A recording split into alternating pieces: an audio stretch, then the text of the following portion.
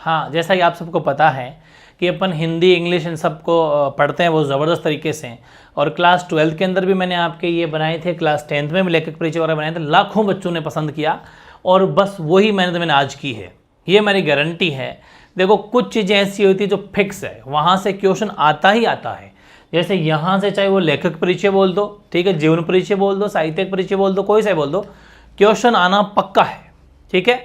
वो भी आपकी बुक है क्षितिज, उसमें गद्य खंड भी है, काव्य खंड भी है, वो दोनों तीनों सारी बुक्स के बनाऊंगा, अलग अलग बनाऊंगा। आज अपन जिसकी बात करने जा रहे हैं वो लेखक परिचय है आपके क्षितिज, जो भाग 2 है बुक, उसमें जो गद्य खंड है, ठीक है। और ये 2024 का सिलेबस है, 24 में जो आएगा एग्जाम में वो है, जिसके अंदर आपके 6 चैप्टर ही बचे हैं, बाकी हटा दिए गए हैं। तो वो बिल्कुल डिटो 30% डिलीट होने के बाद में जो 6 चैप्टर बचे हैं उनके बहुत ज़बरदस्त तरीके से मैंने आपके लिए प्रॉपर लेखक परिचय बनाए हैं।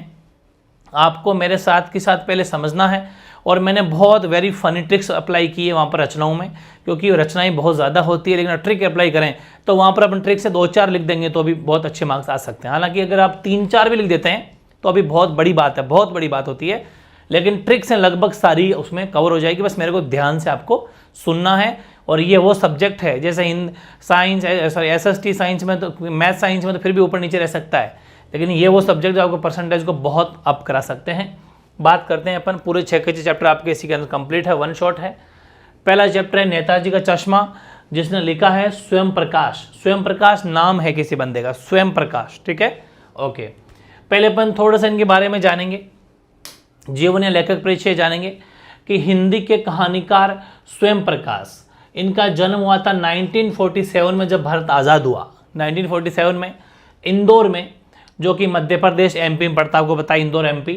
उन्होंने मैकेनिकल इंजीनियरिंग की पढ़ाई करी और एक औद्योगिक प्रतिष्ठान में नौकरी करने लगे, ठीक है। मतलब भाई मैकेनिकल इंजीनियरिंग कर रहे की तो कहीं पर भी कंपनी में काम मिलेगा, जो भी इंजीनियरिंग करता है। अपने जीवन का बड़ा हिस्सा लगभग राजस्थान में बिताया, ये बड़ी चीज़ है, ठीक है। मतलब लगभग अपना जीवन इन्होंने कहाँ व्यतीत किया, राजस्थान में व्यतीत किया। रहने वाले कहाँ के हैं, वो है आपके इंदौर MP, वहाँ पर जन्म हुआ। फिर सीधी सी बात है, इंसान अपनी लाइफ को आगे चलाने के लिए कुछ काम करता है, तो उन्होंने कुछ संपादन का काम किया। संपादन का मतलब एडिटर बने, एडिटिंग, जैसे न्यूज़पेपर की एडिटिंग होती है वैसे संपादन का काम किया वसुधा नामक पत्रिका में। जैसे हैं दैनिक भास्कर है, राजस्थान पत्रिका है, जब जो भी आते हैं, टाइम्स ऑफ इंडिया है, पत्रिका जो होते हैं, वैसे ही उस टाइम पर एक वसुधा नाम का पत्रिका चलता था, उसमें इन्होंने एडिटिंग का काम किया, ठीक है। उनकी साहित्यिक सेवाओं के लिए उनको, देखो ये बहुत बड़ी बात है, एक तो लिखने का तरीका, और एक ये जितने भी टॉपिक है कि उनको कौन कौन से सम्मान मिले, बहुत बड़ी चीज़ है। पहल सम्मान मिला, वनवाली पुरस्कार मिला, राजस्थान साहित्य अकादमी, ये 2-3 वेरी वेरी इंपॉर्टेंट पुरस्कार है वो इनको मिले, इनसे इनको सम्मानित किया गया। अब इनकी मैं बात करूँ रचनाओं की, तो रचनाएं आपको हेडिंग लिखे, फिर नीचे अलग लिखना है, भाई कहानी संग्रह है या उपन्यास हैं या कविताएं हैं या पुस्तक हैं। इनकी 2 फेमस है, एक तो कहानी संग्रह और एक उपन्यास। इसको याद करना थोड़ा मुश्किल पड़ता है, लेकिन मैं कुछ फ़नी वे में आपको याद करवा देता हूँ। वो क्या फ़नी है कि आपको पता है कि नई नई सरकारें आती है, तरह तरह के वादे करती है। अभी इलेक्शन का टाइम है, तो वो कहती है कि देखना आपके अच्छे दिन आएंगे। आपको पता है कौन सी सरकार कहती है अच्छे दिन लाने की बातें करती है, ठीक है। अच्छे दिन आए ये तो बिल्कुल एक सपना सा रह गया, अच्छे दिन तो किसी के नहीं आए, क्योंकि जो अपनी मेहनत का कमाई खाता है बस उसी के अच्छे दिन आएंगे, सीधी सी बात है। सरकारों के भरोसे तो आ जाए निकाल आए, ठीक है। यानी कि ट्रिक क्या बन जाएगी इसमें कि आदमी के अच्छे दिन कब आएंगे, ऐसा सूरज कब निकलेगा पता नहीं, ठीक है। या फिर ऐसा कर सकते हो कि जब सूरज निकलेगा तो आदमी के अच्छे दिन आएंगे, ठीक है। ये वाली बात है कि जब सूरज निकलेगा तब आदमी के अच्छे दिन आएंगे, मतलब वो ऐसा सूरज कब निकलेगा पता नहीं। यानी कि सूरज कब निकलेगा, आएंगे अच्छे दिन भी, आदमी जात का आदमी, ये एज इट इज लिखना, ये कहानियों के नाम है। पहली कहानी सूरज कब निकलेगा, आएंगे अच्छे दिन भी, ठीक है, आदमी जात का आदमी, बस ये 3 कहानी संग्रह उनके थे, ठीक है। फिर उपन्यास लिखा इन्होंने, नॉवल, ये तो स्टोरी राइटिंग है। कहानी संग्रह का मतलब स्टोरी राइटिंग, उपन्यास का मतलब नॉवल। वो कौन सा लिखा, वो भी सीधी सी बात है, अच्छे दिन तो आए ही नहीं, और जिसके अच्छे दिन नहीं आएंगे सीधी सी बात है घरों में ईंधन की कमी रहती है। ईंधन का मतलब है खाना पकाते हैं ना अपन, ईंधन से पकाते हैं, उसको बोलते हैं गैस या चूल्हा, वो सब ईंधन में आते हैं। तो हुआ क्या कि बीच में ईंधन खत्म हो गया, इसलिए सारा का सारा नाश हो गया। नाश जानते हो ना, सत्यानाश हो जाना कि यार खाना इतना शानदार बन रहा था, बीच में ईंधन खत्म हो गया, क्योंकि इंसान का अच्छे दिन तो आ नहीं रखे, ठीक है। तो ईंधन बीच में ही खत्म हो गया तो पूरा का पूरा सिस्टम बिगड़ गया, नाश हो गया। तो ये सारी बातें आपको कनेक्टिविटी रखोगे तो बहुत कुछ, क्योंकि ये नाम नहीं याद रहते हर किसी को, और ये जब लिखोगे तो बहुत इफेक्ट जाएगा टीचर के ऊपर कि यार बहुत अच्छी तैयारी उसने की है। फिर आपको लिखना है साहित्यिक विशेषताएं। साहित्य की क्या विशेषताएं हैं कि स्वयं प्रकाश, ये नाम है राइटर का, ये मध्यवर्गीय जीवन के कुशल चितैरे थे। चित्र का मतलब होता है जो पेंटिंग करता है, चित्रकार। ध्यान रखना, इस चितैरे का मतलब क्या है, चित्रकार है, पेंटर है, पेंटर, ठीक है ना, ये ध्यान रखना आपको। ये क्या है, तो ये पेंटर है, इसका विशेष तौर पे आपको ध्यान देना है। उनकी कहानियों में वर्ग शोषण के विरुद्ध चेतना है। वर्ग शोषण का मतलब क्या होता है, जो ये जात पात के धर्मों पे या अलग अलग कैटेगरी वाइज लोगों के साथ शोषण होता है, खिलवाड़ होता है, उनके विरुद्ध चेतना है, लोगों को जगाना है। उनके लेखक ने हमारे सामाजिक जीवन में जाति, संप्रदाय, लिंग, इसके आधार पर जो भी भेदभाव हुए हैं उनके खिलाफ हमेशा ये अपनी साहित्यिक रचनाएं करते हैं। ऐसा अपने मन से लिखना है। क्या लिखना है कि स्वयं प्रकाश जो है वो मध्यम वर्गीय जीवन के कुशल चितैरे हैं, मतलब मीडियम लाइफ जो अपन हर कोई जीते हैं वैसे लोग हैं, और जो भी ये समाज के अंदर जाति, धर्म, लिंग को लेके जो भी अलग अलग कैटेगरी में लोग शोषण करते हैं उनके विरुद्ध हमेशा अपनी रचनाएं करते हैं। कोई भेदभाव वगैरह नहीं होना चाहिए, बातें कहते हैं। फिर अगली हेडिंग है भाषा शैली। तो मतलब जितने मैंने टॉपिक लिखे हैं, पॉइंट लिखे, उनमें कोई कमी नहीं आनी चाहिए। तब जो भी आपके 3 नंबर का हो, चाहे 4 नंबर का हो, चाहे 5 नंबर का हो, फुल बटे फुल मिलेंगे, लेकिन छोड़ना आपको कुछ भी नहीं है। स्वयं प्रकाश की भाषा अपने विषय संसार के अनुरूप होती है। वे वर्ण्य विषय का ऊपरी ऊपरी वर्ण करने की बजाय सूक्ष्मता वे पर, मतलब जैसे मेरे को देख लीजिए, मैं अपनी प्रशंसा नहीं कर रहा, लेकिन जो भी टॉपिक कराते हैं ऊपर ऊपर से कभी नहीं पढ़ाते, बिल्कुल डेप्थ में जाते हैं, और वैसा ही ये भी करते थे। ये क्या लिखा हुआ है कि वो अपने विषय संसार के अनुरूप, मतलब वे वर्ण्य विषय को, वर्ण्य विषय का मतलब होता है जिसका डिस्क्राइब करना हो, वर्णन करना हो। वर्ण्य का मतलब क्या हो गया, वर्णन मतलब डिस्क्राइब। तो जिसका अच्छे से डिस्क्राइब करना है, कोई ऐसा सब्जेक्ट जिसका डिस्क्राइब करना जरूरी है, वर्ण्य विषय का ऊपरी ऊपरी वर्णन नहीं करते थे। ऊपरी ऊपरी वर्णन करने की बजाय सूक्ष्मता, बिल्कुल बिल्कुल गहराई से सूक्ष्मता पर अधिक ध्यान देते थे। उनकी कहानियों में व्यंग्य की चेतना स्पष्ट सुनाई थी। व्यंग्य जानते हो ना, मतलब एक दूसरे पर टॉन्ट कसना, कहते हैं टॉन्ट कस दिया उसने, व्यंग्य किया है वैसे। तो ये बातों ही बातों में ऐसे व्यंग्य करते थे, ऐसे तीर मारते थे कि मतलब व्यंग्य होता था गजब का, ठीक है। तो ये सब हो गया अपना नेताजी का चश्मा, जो आपको मेरे हिसाब से हाथों हाथ याद हो गया होगा, बहुत ज़्यादा इंपॉर्टेंट है। अगला है बाल गोविंद भगत। बाल गोविंद है, वो गे में ओ की मात्रा, बे में छोटी की मात्रा है, बाल गोविंद भगत, और इसके राइटर है राम वृक्ष बैनीपुरी। राम वृक्ष बैनीपुरी। आपको छोड़ना कुछ नहीं है, मैंने बहुत ज़्यादा मेहनत करके मॉडिफाई करके लिखा है, इसलिए नहीं छोड़ना है। राम वृक्ष बैनीपुरी का जन्म हिंदी के निबंधकारों में बड़े सम्मान से लिया जाता है।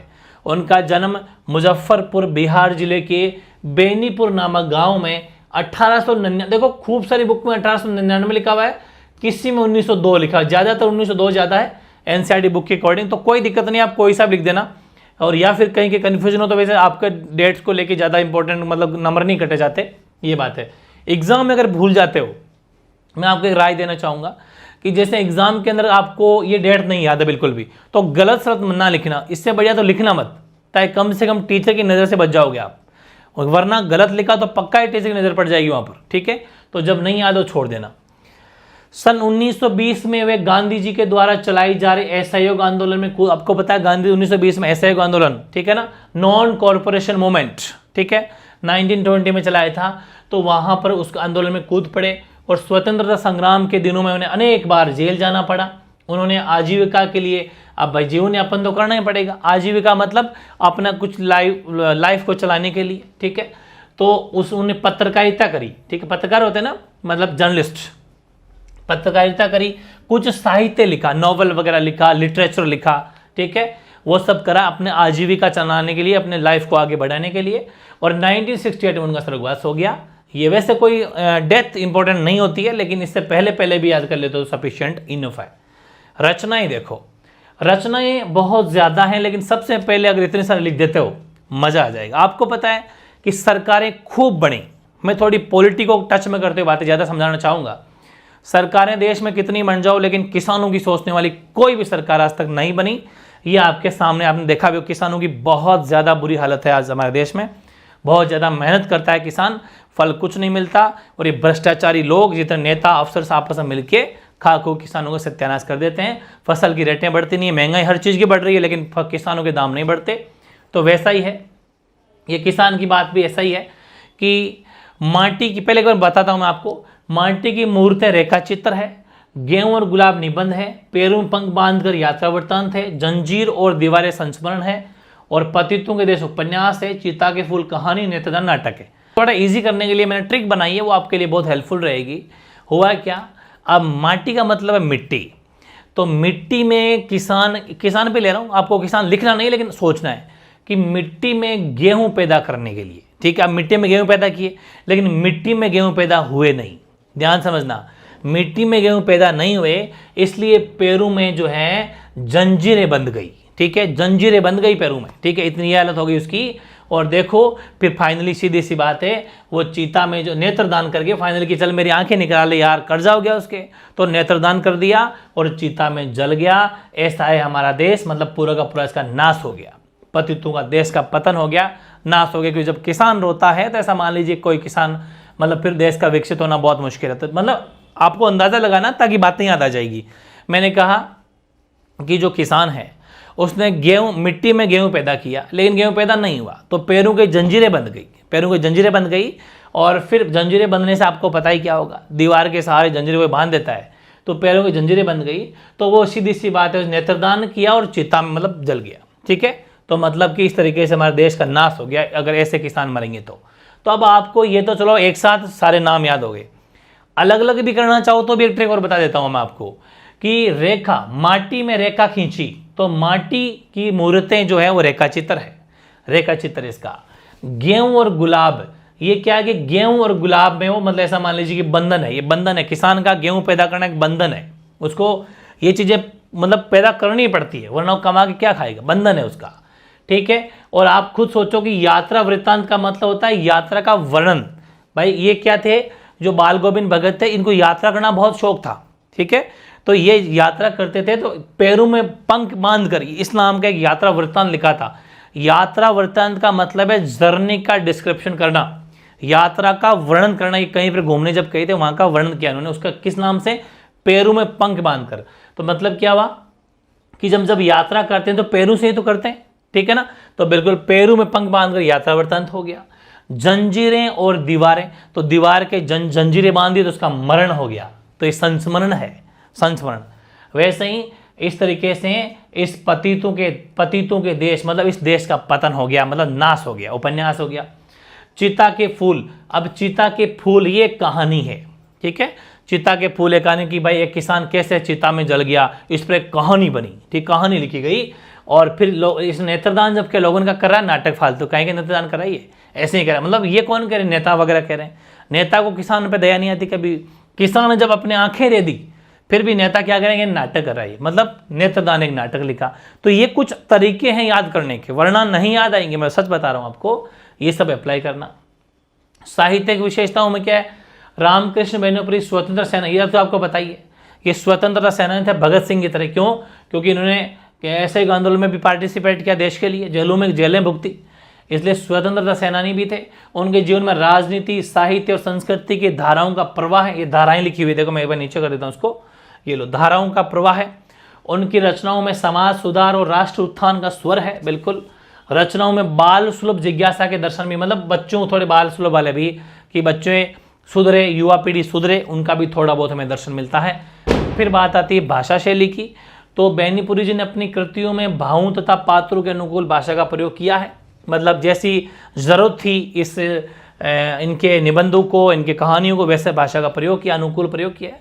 उनकी सरल और स्वाभाविक खड़ी बोली है बेसिकली, ठीक है, और तत्सम तद्भव उर्दू सब भाषाओं का उन्होंने साथ साथ में मतलब इन्होंने थोड़ा बहुत प्रयोग किया है। आप इसको ऐसे लिख सकते हो कि इन तत्सम भाषा, खड़ी बोली, उर्दू, इन सब भाषाओं के मिश्रण का प्रयोग भी इन्होंने जगह जगह पर किया है। ये थोड़ी इनकी भाषा शैली हो गई। मतलब एक राइटर जो होता है उसने कौन कौन सी रचनाएं लिखी, क्या उनकी कौन लैंग्वेज रही, भाषा रही, वो सब लिखना बहुत जरूरी है, ठीक है, भाषा शैली बहुत इंपॉर्टेंट है। अब लखनवी अंदाज, जिसके राइटर है यशपाल। ठीक है, यशपाल का जन्म 3 दिसंबर 1903 को पंजाब में एक जगह पड़ती है फिरोजपुर छावनी, फिरोजपुर कैंट। ठीक है, ये जगह पड़ती है, वहां पर हुआ था। उनके पिता का नाम हीरालाल और माता का नाम प्रेम देवी था। याद हो जाता तो ठीक है, वरना माता पिता का नाम याद करना जरूरी नहीं है। फिरोजपुर से इन्होंने मैट्रिक प्रथम श्रेणी, मैट्रिक का मतलब होता है 10वीं क्लास। ठीक है, मैट्रिक प्रथम श्रेणी में उत्तीर्ण करने के बाद लाहौर के नेशनल कॉलेज में बीए की पढ़ाई करी। बीए मतलब बैचलर ऑफ आर्ट्स, जो आर्ट्स लेते हैं 11th 12th वो फिर बीए करते हैं। वहीं उनकी मुलाकात भगत सिंह और सुखदेव से हुई। ठीक है, तो ये बहुत इंपॉर्टेंट फैक्ट है। मतलब लाहौर के अंदर नेशनल कॉलेज में बीए जब कर रहे थे, वहीं पर आपको पता है हमारे स्वतंत्रता सेनानी भगत सिंह और सुखदेव से इनकी मुलाकात हुई। स्वाधीनता आंदोलन में भाग लेने के कारण आपको सीधी सी बात है, जब आप स्वतंत्र सेनानी बनोगे तो जेल की यात्रा तो करनी पड़ेगी, तो इनको भी जेल जाना पड़ा और इनकी मृत्यु है जो 26 दिसंबर 1976 को हो गई। वैसे मृत्यु ज़्यादा इंपॉर्टेंट नहीं है, लेकिन आप फिर भी चाहो तो लिख सकते हो। ठीक है, अब आती है रचनाएं। रचनाओं में थोड़ी इंपॉर्टेंट है कहानी संग्रह। इनके बहुत बड़े, मतलब ऐसा मान लीजिए कि राइटर हुए हैं ये। कहानियाँ लिखी, निबंध लिखे, उपन्यास लिखे, संस्मरण लिखे, नाटक लिखे। ठीक है, इनको मैंने याद करने के लिए आपके लिए प्रयास किया है, कुछ ट्रिक बनाई है। जैसे कि कहानियाँ कौन कौन सी लिखी, तो मैंने ट्रिक बनाई है कि दुलिया की माँ वा दुलिया, पहले एक बार पढ़ के सुनाता हूँ। वा दुलिया, उत्तमी की माँ, सच बोलने की भूल, ज्ञानदान, तर्क का तूफान, धर्म युद्ध, फूलों का कुर्ता, पिंजरे की उड़ान। ट्रिक क्या बनेगी इस भाई, इतने सारे नाम याद करना बहुत मुश्किल है, लेकिन जब ट्रिक कर लोगे तो थोड़ी थोड़ी हिंट मिलती रहेगी तो नाम याद रहते रहेगी। याद तो करना है इनको, उत्तमी की माँ, वा दुलिया, लेकिन अगर एक एक शब्द मिल जाएंगे वहां पर हिंट मिल जाएगी तो अपन पूरा लिख देंगे। हुआ क्या, दुलिया की माँ यहां लिख रहा हूं मैं। ठीक है, इसकी ट्रिक यहां लिख रहा हूं कि दुलिया की जो माँ है, दुलिया की माँ ने सच बोलने के लिए, सच बोलने के लिए, ट्रिक है ना, सच बोलने के लिए क्या करा, दुलिया की माँ ने सच बोलने के लिए ज्ञान, तर्क, ज्ञान व तर्क, ज्ञान व तर्क, ध्यान रखना है ना, ज्ञान व तर्क का धर्म युद्ध कर दिया। ठीक है, ज्ञान व धर्म का, सॉरी, ज्ञान व तर्क का धर्म युद्ध कर दिया। ठीक है, इसलिए उसको, इसलिए दुलिया की मां को, ठीक है, इसलिए दुलिया की मां को फूलों का कुर्ता पहनाकर पिंजरे के अंदर बंद कर दिया। ठीक है, तो ये ट्रिक अगर याद कर लोगे तो सारे नाम याद आ जाएंगे। थोड़ी ट्रिक जरूरी भी होती है, वरना याद नहीं आते इतने सारे नाम।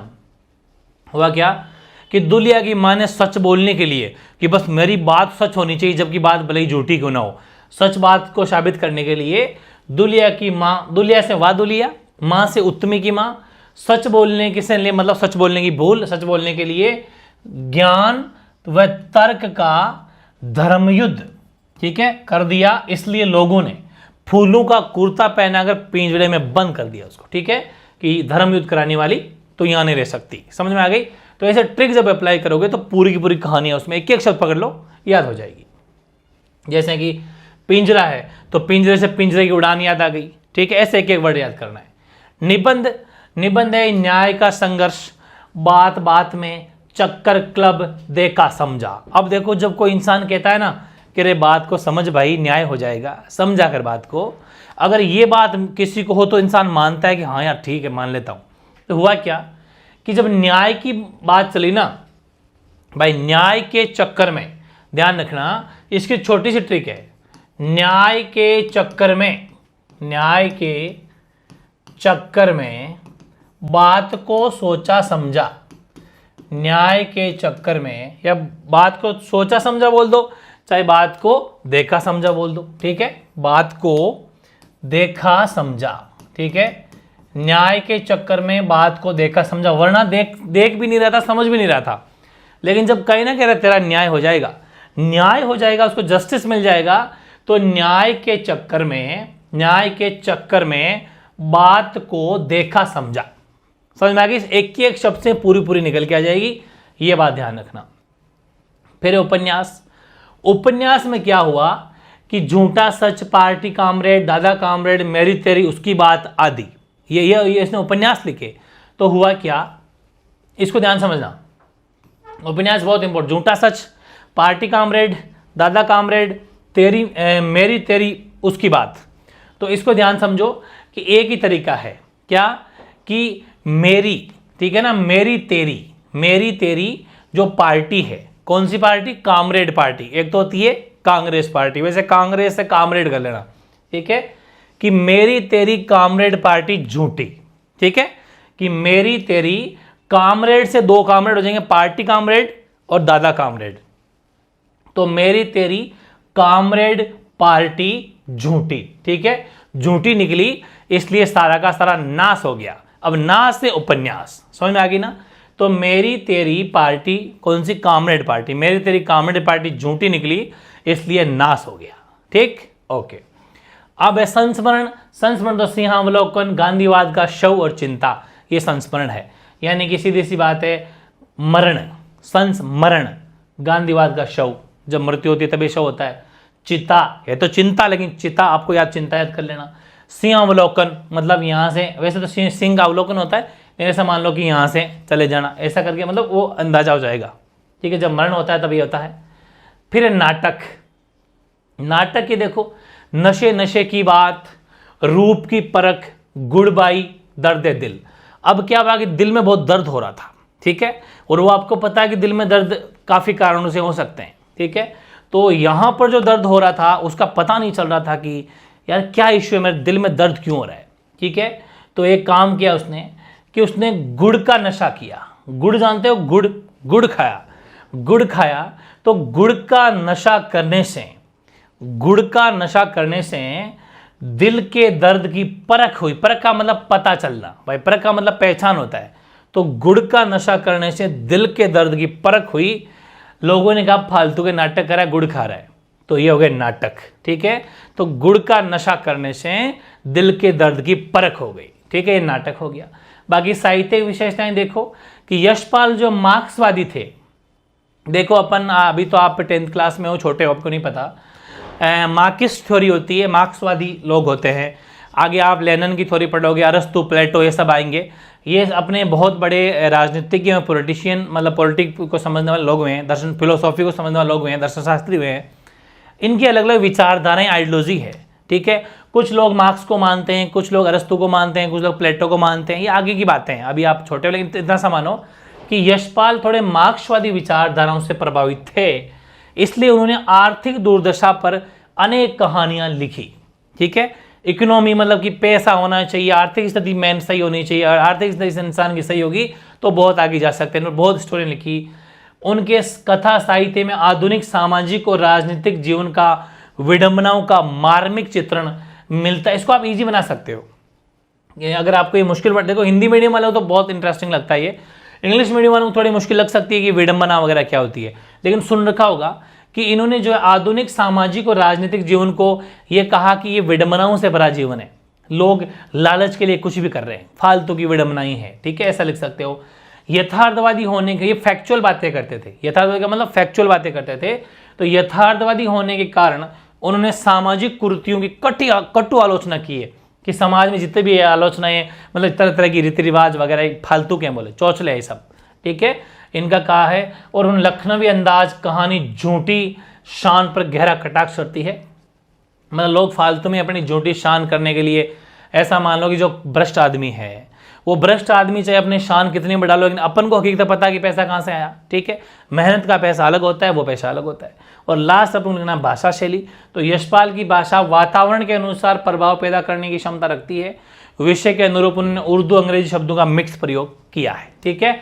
ये यशपाल जी हो गए, लखनवी अंदाज। अगला है एक कहानी ये भी। राइटर कौन है? मन्नू भंडारी। राइटर कौन है? मन्नू भंडारी। तो देखते हैं, मनु भंडारी हिंदी की सुप्रसिद्ध कहानीकार हैं। उनका जन्म 1931 में एमपी मध्य प्रदेश, वापस मंदसौर जिला है, वहां पर एक भानपुरा गांव है, वहां हुआ। उनकी स्नातक मतलब ग्रेजुएशन 15वीं पास, ग्रेजुएशन तो 12th के बाद में 3 साल की होती है, वो अजमेर से हुई, अपने राजस्थान अजमेर से, ठीक है। और राजस्थान अजमेर में आपको पता है यूनिवर्सिटी MDSU, महर्षि दयानंद सरस्वती विश्वविद्यालय, ठीक है। तो स्नातक शिक्षा अजमेर राजस्थान से हुई। बाद में उन्होंने हिंदी साहित्य में MA किया, हिंदी लिटरेचर से MA किया, मास्टर ऑफ आर्ट्स। और उसके बाद में दिल्ली के मिरांडा हाउस कॉलेज, ये तो सुन रखा होगा, फेमस कॉलेज है, मिरांडा हाउस कॉलेज में टीचिंग का मतलब अध्यापन किया। और अवकाश प्राप्ति के बाद अब वे स्वतंत्र लेखन, मतलब जैसे ही रिटायरमेंट लिया, अवकाश प्राप्ति का छुट्टी मिल जाना, रिटायरमेंट लेने के बाद में अभी ये राइटिंग का काम कर रही है, स्वतंत्र लेखन में राइटिंग का काम कर रही है। और हिंदी के प्रसिद्ध कहानीकार राजेंद्र यादव इनके हस्बैंड है, वो भी प्रसिद्ध कहानीकार है, ठीक है। ये हो गया। अब रचनाएं कौन कौन सी है? रचनाओं में इन्होंने भी कहानियां लिखी है, उपन्यास लिखा है, पटकथाएं लिखी है। पटकथाएं मतलब जो पर्दा चित्रण होता है, इज लाइक मूवी, ठीक है। पुरस्कार, इनको भी खूब पुरस्कार भी मिले। किसी किसी को पुरस्कार ज्यादा मिले तो पुरस्कार मैंने अलग से पॉइंट बनाया है, ठीक है। ज्यादा अकादमी पुरस्कार जो नहीं मिले वो नहीं यूज किया है। कहानी संग्रह में देखो, आंखों देखा झूठ। अब ये क्या, देखो हुआ क्या, ये इनकी कहानी संग्रह में आपको याद करवा देता हूँ हाथों हाथ ही। ये मनु भंडारी एज लाइक ऐसा मान लो कि कोई गवर्नमेंट बड़े अधिकारी के ऑफिस में गई, ठीक है। बड़े बड़े अफसर होते हैं, कुछ अफसर बहुत ईमानदार भी होते हैं, ठीक है। लेकिन पॉलिटिशियन का, राजनीतिक नेताओं का प्रेशर इतना होता है कि कितने भी अच्छे क्यों ना हो, मतलब वो कर नहीं सकते, क्योंकि नेता तो नेता है, वो उनको दबा लेता है। तो मनु भंडारी, लेकिन कहीं कहीं पर ऐसा भी होता है, उल्टा भी होता है, क्या कि नेता और ये जो अफसर आपस में मिले होते हैं, ठीक है, इनकी सांठगांठ होती है और ये दुनिया जनता को लूटते हैं। तो हुआ क्या, आंखों देखा झूठ। अब उस अफसर को पता है कि ये तो यार गलत साइन करवा रहा है, तो झूठ है। आंखों देखा झूठ उसको कह रहा है कि नहीं यही सच है।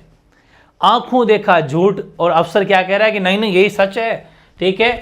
इसलिए मनु भंडारी कहती है कि जब मैंने कहा कि नहीं यार आंखों देखा झूठ बोल रहे हो, जबकि तू कह रहा है यही सच है, मैं तो हार गई, ठीक है।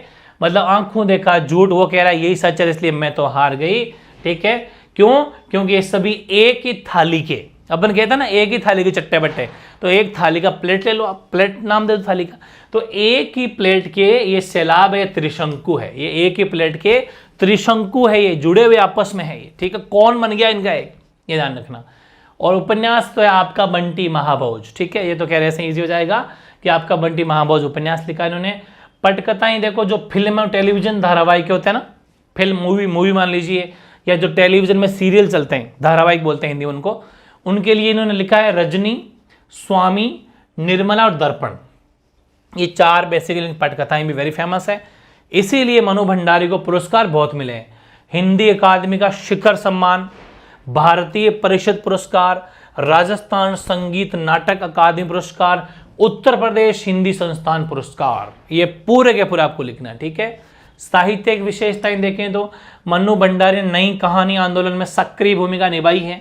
उनकी रचनाओं में सामाजिक जीवन का बिल्कुल, मतलब जो सोशल लाइफ है, इनका साफ साफ चित्रण देखने को मिलता है कि समाज में कैसे लोग रहते हैं, कैसे समाज चलता है, कैसे अफसर, कैसे नेता, इस मतलब इस तरह का जो चिंतन है। उन्होंने स्त्री मन से, सीधी सी बात है, खुद एक स्त्री हैं, तो स्त्री मन से जुड़ी अनुभूतियों को उनकी अभिव्यक्ति की है। पारिवारिक जीवन में कैसे स्त्री रहती है, कैसे परिवार चलाती है, वो पारिवारिक जीवन की कुछ बातें रखी है। और हर तरह के विभिन्न वर्गों के जीवन की विसंगतियाँ, मतलब हर खूब सारे, आपको पता है समाज में अलग अलग तरह की विसंगतियाँ भी है। बहन बेटी में, मतलब बेटियों में अलग फर्क समझते हैं, बेटियों को पढ़ाने नहीं देते, कुछ कुरीतियाँ भी है, उनमें कुछ विसंगतियाँ, उनको सबको अभिव्यक्त करने की मतलब इनको मतलब कोशिश करी है। भाषा शैली, तो भाषा जनता के करीब की भाषा है, सीधी सी बात है, आप देख सकते हो, भाषा बिल्कुल जनता के करीब की भाषा है। इसलिए उनको जब हम मनु भंडारी को पढ़ते हैं तो ऐसा प्रतीत होता है, ऐसा लगता है कि जैसे मानो कोई सखी का मतलब कोई सहेली, कोई हमारी फ्रेंड, ठीक है, अपने जीते जागते और भोगे हुए अनुभवों की पीड़ा व्यक्त करी हो। ऐसा लगता है जैसे इसने खुद ने ऐसा दर्द सहा हो, बिल्कुल ऐसा लगता है। यानी कि ऐसा मानो हमारी कोई सखी, मतलब हमारी कोई सहेली अपने जीते जागते और भोगे हुए, उसने भुगता हो, जैसे ऐसे कोई अनुभव की पीड़ा व्यक्त करी हो, ऐसा लगता है इनके कहानियों को, इनके उपन्यास को पढ़कर। वे नगरू महानगरू में प्रचलित शब्दों को खुलकर प्रयोग करती है। ये देख लो भले, जो नगरों में प्रचलित शब्द है कि आंखों देखा झूठ, ये वो शब्द यूज करती है जो वाकई वहां पर प्रचलित है, वहां पर चलते हैं, ठीक है। तो वेरी इजी ये मनु भंडारी वाला टॉपिक। और अगला है नौबत खाने में इबादत, यतीन्द्र मिश्र इनके राइटर हैं। तो देखो युवा साहित्यकार यतेंद्र मिश्र, इनका जन्म 1977 में अयोध्या यूपी में हुआ। अयोध्या यूपी में पड़ता है, उत्तर प्रदेश में। और वहाँ पर आपको पता है यूपी में लखनऊ विश्वविद्यालय है, तो लखनऊ यूनिवर्सिटी से हिंदी में एमए किया, विश्वविद्यालय से मतलब लखनऊ विश्वविद्यालय से एमए किया हिंदी में। और सन 1999 में साहित्य और कलाओं के संवर्धन और अनुशीलन के लिए एक सांस्कृतिक न्यास जिसका नाम है विमला देवी फाउंडेशन, वह साहित्य भी है, साहित्य नामक है अर्धवार्षिक पत्रिका, इनका संपादन कर रहे हैं। ध्यान रखना, ये पत्रिका चलता है साहित्य, ये अर्धवार्षिक है, मतलब 6 महीने में एक बार आता है, हाफ ईयरली, ठीक है। और एक है सांस्कृतिक न्यास जिसका नाम है विमला देवी फाउंडेशन, इनके अंदर ये अभी काम कर रहे हैं, एडिटर का काम कर रहे हैं, संपादन का काम कर रहे हैं। और द्विजदेव की ग्रंथावली का सह संपादन तथा थाती का संपादन, मतलब ये द्विजदेव ग्रंथावली का मतलब जिसमें ग्रंथ लिखे होते हैं उनका तो सह संपादन का मतलब है किसी की हेल्प कर रहे हैं, इनके साथ में और भी कोई संपादन कर रहे हैं तो नाम आ गया सह संपादन, एडिटिंग काम कर रहे हैं। और एक है थाती, इसका तो खुद ही संपादन करें, एडिटिंग कर रहे हैं। रचनाओं में क्या है, तो काव्य संग्रह इनके तीन काव्य संग्रह हैं। अयोध्या, जहां पर इनका जन्म हुआ तो सीधी सी बात है, अयोध्या तथा अन्य कविताएं, यदा कदा और ढ्योढ़ी पर आलाप। तो आपको इजीली याद करना है, आपको पता है अयोध्या बहुत फेमस जगह है, तो अयोध्या पर हर किसी की ड्यूटी नहीं लगती, यदा कदा ड्यूटी लगती है, तो अयोध्या में यदा कदा ड्यूटी, ठीक है, लगती है, समझ, ढ्योढ़ी पर आलाप। तो ये हो जाएगा काव्य संग्रह। पुस्तक इन्होंने एक बुक लिखी है गिरिजा, ठीक है, बुक का क्या नाम है, गिरिजा नाम की बुक लिखी है। और इनको सम्मान बहुत मिला है, भारत भूषण अग्रवाल कविता सम्मान, हेमंत स्मृति कविता पुरस्कार और ऋतुराज सम्मान, इनके डिफरेंट तरह के इनको पुरस्कार मिले जो बहुत फेमस होते हैं। साहित्यिक विशेषताओं में देखें तो यतेंद्र मिश्र ने अपनी रचनाओं में समाज और संस्कृति के अनेक पहलुओं का चित्रण किया है। समाज में कौन कौन सी बुराइयां हैं, कौन कौन सी अच्छाइयां हैं, उन सब पहलुओं का चित्रण किया है। उन्होंने समाज के अनेक भावुक प्रसंगों को बड़ी सहजता से दिखाया है, बड़े सहजता से शब्दों को पिरोया है, पिरोया लिख दो चाहे, बड़ी सहजता से दिखाया है समाज के अंदर कौन कौन से ऐसे भावुक पल है, ठीक है, उनको बिल्कुल आराम से दिखाया है। भाषा शैली, तो यतेंद्र मिश्र की भाषा जो है एक बार दिखा देता हूं मैं आपको, सहज, प्रसंगों का अनुकूल तथा खड़ी बोली। जैसे अपने राजस्थान की मैं बात करूं तो अपने भरतपुर साइड में खड़ी बोली बोली जाती है, देश में बात करूं तो हरियाणा यूपी इनकी खड़ी बोली है, ठीक है, मतलब ये मुंह पर बोल देते हैं जो भी है, वैसे खड़ी बोली है थोड़ी, मतलब इतना सॉफ्टनेस थोड़ा कम होता है, खड़ी बोली है, ठीक है, ये हो गया। और अपना लास्ट चैप्टर है संस्कृति, इसके राइटर आनंद कौशल्यायन, ठीक है, आनंद कौशल्यायन, इनके भी देख लेते हैं थोड़ा सा कि हिंदी साहित्य के प्रसिद्ध लेखक है बदंत, पूरा नाम है वेदंत आनंद कौशल्यायन, ठीक है, इनका जन्म 1905 में पंजाब में अंबाला जिले के सोहना गांव में हुआ था, ठीक है। इनके बचपन का नाम था हरनाम दास, ठीक है ना। और प्रारंभिक शिक्षा प्राप्त करने के बाद इन्होंने बेसिकली बौद्ध धर्म अपना लिया था, ठीक है, बौद्ध धर्म अपना लिया और बौद्ध बन गए थे, ये बौद्ध भिक्षु बन गए थे। फिर बौद्ध भिक्षु बने तो ये क्या एक्चुअली जो ऐसे लोग होते हैं जो धर्म चेंज कर लेते हैं या फिर बौद्ध बन जाते हैं, मतलब उसका है कि बस इनको कोई मतलब ज़्यादा मोह माया से नहीं रह जाता। फिर ये, लेकिन एक चीज़ है इनकी, ये गांधी जी से थोड़े इफेक्ट थे, गांधी जी से थोड़े प्रभावित थे, तो जो बंदा गांधी जी से प्रभावित होता था वो गांधी जी के पास चला जाता, और गांधी जी तो काम वो अपना रैली धरना देना, तो आ जाओ मोस्ट वेलकम। तो गांधी जी से काफ़ी प्रभावित थे और वे उनके संग वर्धा, एमपी में जगह पड़ती है वर्धा में रहे, और विश्व भ्रमण करते हुए उन्होंने हिंदी भाषा और हिंदी साहित्य का विकास कैसे उसके लिए खूब प्रयास किए। और वे राष्ट्रभाषा के प्रचार समिति से जुड़े रहे, जो हमारी राष्ट्रभाषा हिंदी, वो एक राष्ट्रभाषा प्रचार समिति, इससे भी जुड़े, और 1988 में उनका देहावसान हो गया। रचनाएं हम देखें तो रचनाएं तो इनकी पुस्तकें फेमस है, पुस्तकें बहुत फेमस है। क्या नाम है, तो मैंने भी ट्रिक बनाई है इसके अंदर।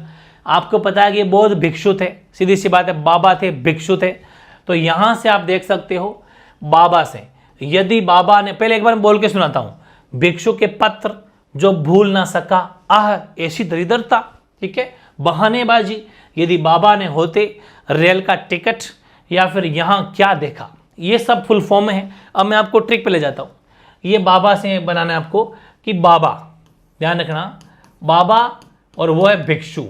ठीक है, बाबा क्या है, सीधी सी बात है, बाबा तो भिक्षु होता है, भिखारी होता है। तो बाबा भिक्षु जो है वो रेल में चढ़ गया। बाबा से तो यदि बाबा नहीं होते, भिक्षु से भिक्षु के पत्र हो गए। ठीक है, बाबा भिक्षु या भिक्षु बाबा एक ही बात है, भिक्षु बाबा बोल दो चाहे बाबा भिक्षु बोल दो एक ही बात है। बाबा भिक्षु जो हैं वो रेल में या फिर ऐसा मान लो कि रेल का टिकट लेना भूल गया। बाबा भिक्षु रेल का टिकट लेना भूल गया, रेल का टिकट जो है वो लेना भूल गया। ठीक है ना, रेल का टिकट लेना भूल गया। अब मेरी बात को समझना है ना, हाथों हाथ याद हो जाएगी। बाबा से तो बाबा यदि बाबा ने होते, भिक्षु से भिक्षु के पत्र, रेल का टिकट से हो जाएगा रेल का टिकट, तो रेल का टिकट ही है। भूल गया से हो जाएगा जो ने भूल सका, है ना। तो बाबा भिक्षु रेल का टिकट लेना भूल गया। अब सीधी सी बात है, रेल का टिकट भूलेगा तो अंदर कौन आएगा, टीटी आएगा। टीटी क्या है, वो मिस्टर देगा टिकट। तो मिस्टर के पास टिकट नहीं था, तो थोड़ा क्या है कि जो टीटी था उसने कहा कि यार ज़्यादा बहानेबाजी मत कर। बाबा थे, इसने कहा अरे मैं तो बाबा हूँ, मैंने टिकट लिया था यार, लिया था टिकट, इसी बात में टिकट लिया था। तो ध्यान रखें, टीटी ने कहा ओ मिस्टर ज़्यादा बहानेबाजी मत कर, ये वो थोड़ा सा तू तुरा कैसे बोल गया। तो ये बाबा भिक्षु थे, इसने कहा कि यार मेरे साथ में, मैं तो बाबा हूँ, भिक्षु हूँ, मेरा तो मैं जहाँ जाता हूँ सम्मान होता है, ऐसी दरिद्रता मेरे साथ में, ऐसी दरिद्रता ये मैं क्या देख रहा हूँ। ठीक है, ये सब इजी बना ले। तो मतलब थोड़ा आप ऐसा अगर सोचोगे थोड़ा तो बहुत इजी चीज़ें निकल के आ जाएगी। भाई बाबाओं का बड़ा सम्मान होता है, ठीक है, लेकिन नहीं, टीटी ने कहा कि ज़्यादा नाटक मत कर, ज़्यादा बहानेबाजी मत दिखा। तो इसने कहा कि ओहो ऐसी दरिद्रता ये मैं क्या देख रहा हूँ, मतलब ये क्या देखा। तो ये सब पुस्तकें हैं इनकी साहित्यिक विशेषता में कि भदंत आनंद कौशल्या ने गांधी जी के साथ लंबा समय बिताया। तो सीधी सी बात है, जो बंदा गांधी जी के साथ में रह जाएगा तो गांधी जी का असर होना तय है। तो गांधी जी के व्यक्तित्व एवं कृतित्व का प्रभाव लेखक की रचनाओं पर मिलता है। मतलब जितनी भी रचनाएं करी है, जो भी चाहे वो कविताएं लिखी, पुस्तकें लिखी, सब में गांधी जी का असर है। अहिंसा के पुजारी रहो, शांत रहो, गुस्से वाले मत रहो, वो सब बातें। ठीक है, वे देश विदेश में भ्रमण करते रहे और जब भ्रमण करे घूमे तो उनकी अनुभव को व्यापकता से उन्होंने काव्य की सृजनात्मक में वृद्धि की। मतलब कि जैसे कोई बंदा घूमता है ना, तो वहाँ से तरह तरह के एक्सपीरियंस लेता है लोगों से, उन एक्सपीरियंस को अपने बुक्स में सजा के संजोता है, पिरोता है, वो हमें मिलता है। भाषा शैली, तो कौशल्यानंद जी की भाषा सरल है, बिल्कुल सहज है और आडंबरहीन है, फालतू के पाखंड नहीं है बिल्कुल भी। ठीक है, और लेखक ने सरल सी बात को बड़ी साहित्यिक शैली में व्यक्त किया है। उनकी भाषा को जन भाषा कहा जाता है। जन भाषा का मतलब जो जनता बोलती है, जो जनता के लिखा हुआ समझ में आता है। ठीक है, इसलिए जन भाषा कहते हैं। तो भाई ये था सेशन, कैसा लगा जरूर कमेंट करना। आज अपने सिर्फ रखा है गद्य खंड, और अब अपन नेक्स्ट क्लास में रखूंगा मैं आपके पद्य खंड। जितने पद्य में जितने 5-6 चैप्टर जो भी साथ हैं, कंप्लीट इन वन शॉट रहेगा। ये सेशन बड़ा इंपॉर्टेंट है और मैंने खूब प्रयास किया है, आपके आई थिंक हेल्प हुई होगी। आप भी चाहें तो इनमें थोड़ी बहुत ट्रिक में और आप अपने हिसाब से भी एडजस्ट कर सकते हैं, मॉडिफाई कर सकते हैं। मैंने आपकी जितना हेल्प हो तो प्रयास किया, बाकी आप भी कर सकते हो। लेकिन हाँ, लिखने का तरीका मैंने आपको सिखा दिया, कैसे आपको लिखना है। एक भी चीज़ नहीं छोड़नी है वरना मार्क्स कट जाएंगे, उसका विशेष तौर पे ध्यान रखना। ये वो आज का सेशन है जहाँ से क्वेश्चन को आना पड़ेगा, चाहे कुछ भी हो जाए। ठीक है, इसलिए बहुत ज़्यादा इंपॉर्टेंट है। मिलते हैं नए सेशन में, बात करेंगे पद्य खंड की। ठीक है, क्षितिज का भाग 2 रहेगा, लेकिन खंड पद्य रहेगा। ठीक है, ओके।